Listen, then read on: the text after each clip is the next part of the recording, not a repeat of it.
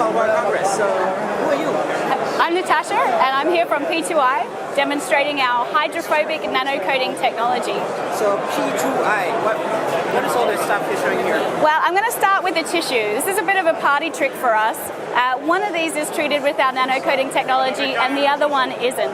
Now, the coating is 1,000 times thinner than a human hair, so actually you can't see a difference, you can't feel a difference, but if I put these into the water, you're going to see a very big difference. So our normal tissue is all wet like you'd expect, but on our hydrophobic tissue, the water simply beads up and rolls off. So your company, you make a tissue? What do you do? We don't make tissues, we make the coating.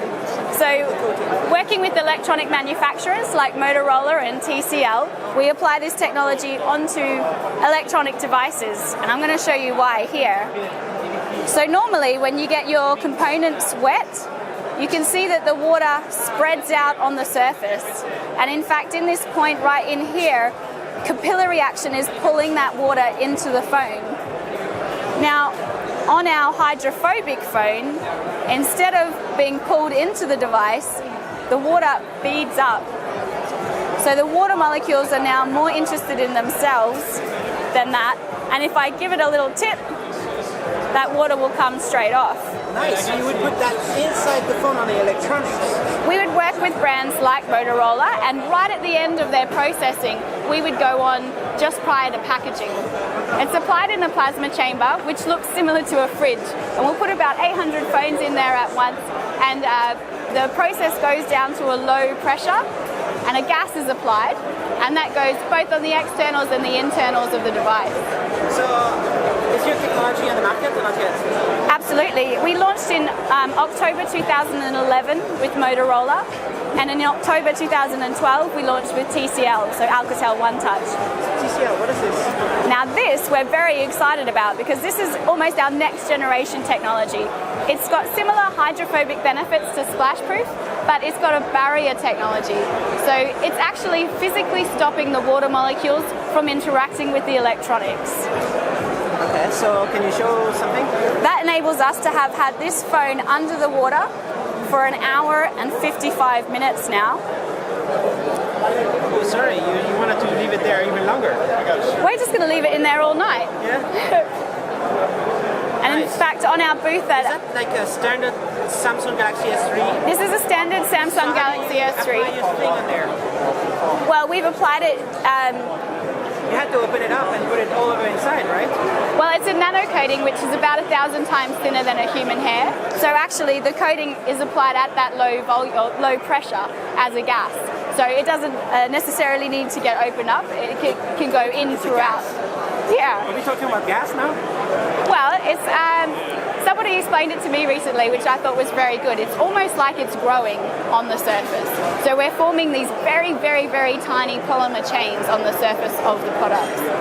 But right there, you kind of like spray it onto the phone, or what do you do? No, we put it into one of these plasma chamber machines. So we'll put the phone in there and lower the air pressure. So when you apply the gas and put it under a plasma, it's going to grow all those molecules together to form these polymer chains. What I don't understand is, this is a Galaxy S3, right? Yes. So you put it all over around, and that's it? We can do, yes. So when we work with Motorola on the splash-proof technology, then that's actually a really important part of us being able to commercialize the technology, because that way we can be right at the end of processing and we don't interfere with their production line, making us very cost-effective. Right? You modified it. Yeah, so Dunkable for us is still just a technology. We're working with pioneering brands to commercialize the process, making sure that it provides everything that they need at a cost-effective and industrial scale. How much does it cost? It depends on the price of the phone, so the cost is normally absorbed directly by the manufacturers, so the consumer doesn't see. Or what is it? A consumer won't see any increase in cost. Soon enough, all the phones are going to be waterproof.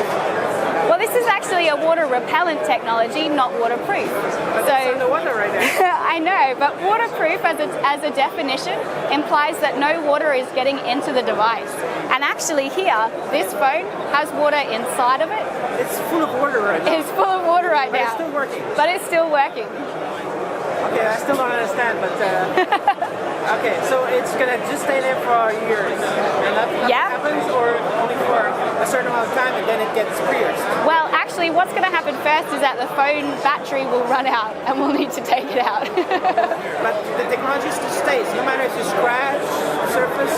Well, one of the reasons why we apply it in this plasma chamber is to get that bond with the surface. So it forms a covalent bond, so permanently applied to the surface. Is it patented technology? Are you the only ones doing this? We have 56 patent families protecting our patent portfolio, and we actually originated as a part of the Ministry of Defence to protect soldiers' clothing from chemical attack.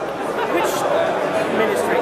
The UK Ministry of Defence. Okay. Yeah. So the soldiers are protected by your technology? Absolutely. And now you're applying this to phones? Yes, and we've got other sectors as well. So we work in filtration, life sciences, footwear. In fact, even Timberland and K-Swiss apply this technology onto their shoes. K-Swiss in particular is quite interesting because if you're running a marathon in their shoes, you don't want those footwear to gain any more weight. Can you talk about revenue or profits? Not me personally, I can't, but I do have other people here today who could. We're privately, yeah.